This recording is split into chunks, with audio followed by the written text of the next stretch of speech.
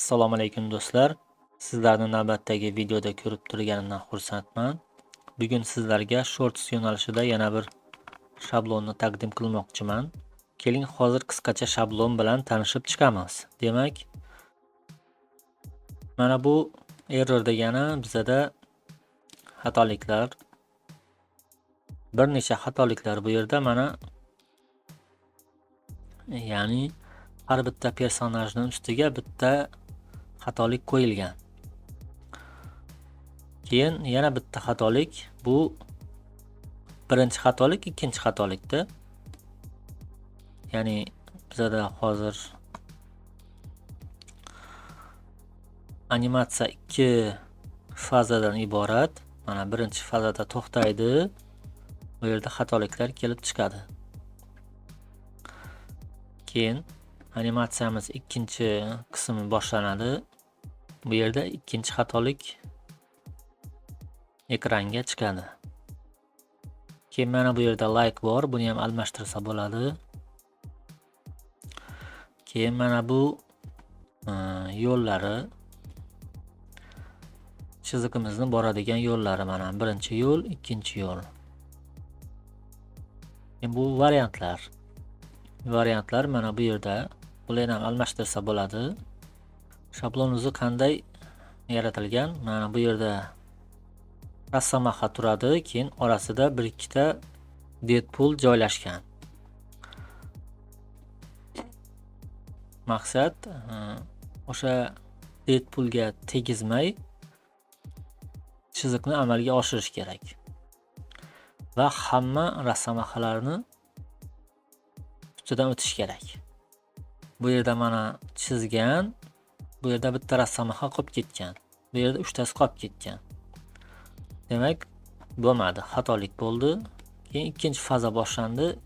Endi yana to'g'riroq qilib chizishga harakat qiladi. Mana hammasini deyarli uddaladi, lekin baribir bittasi qolib ketdi. Xuddi shunday. Bu yerda to'g'ri natija tanlanmaydi, mana shunaqa bo'ladi. Endi bularni siz almashtirsangiz bo'ladi. Bularning o'rniga Sprunki qo'yasiz yoki Poppy Playtime 4 personajlaridan qo'yasiz. Xullas, nima bo'lsa qo'yib chiqaverasiz. Mana variant degan papkada joylashgan.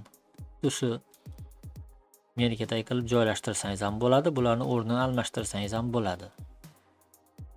Mana fayllarimiz.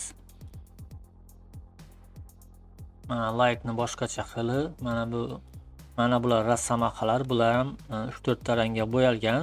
Photoshopda sveta korreksiya qilsangiz bo'ladi. Mana bu yerda Deadpoolning 3 ta varianti.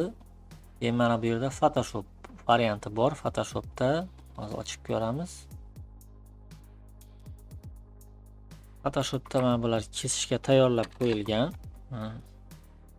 Agarda mabodo boshqa personaj qo'yadigan bo'lsangiz, hozir mana masalan Sprunkini qo'yadigan bo'lsam, mana shu chiziqdan chiqib ketmagan holda qo'yishim kerak bo'ladi. Mana shunaqa qilib. Endi buni saqlanib qilamiz. Xohlasangiz mana shu bularni o'rniga saqlanib qilsangiz ham bo'ladi. Masalan Deadpool 1 ni o'rniga hozir buni o'zgartirib turamiz nomini. Shablonimiz buzilib ketmasligi uchun saqlanib qaq. Bu yerda PNG,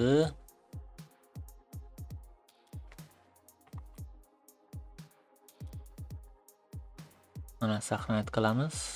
Bu yerdan chiqib ketamiz. Shablonimizni ochsak, mana avtomatik Sprunki kelib tushdi bizga.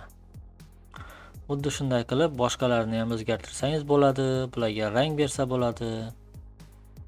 Agar bu yerdan almashtirish imkoni yo'q bo'lsa, siz almashtira olmasangiz, ya'ni buni o'rniga rasm olib kelib qo'ysangiz ham bo'ladi bu yerdan. Endi u qolgan mana bu yo'llarni almashtirsa bo'ladi. yo'llarni bunaqa emas, boshqacha yuradigan qilsa bo'ladi.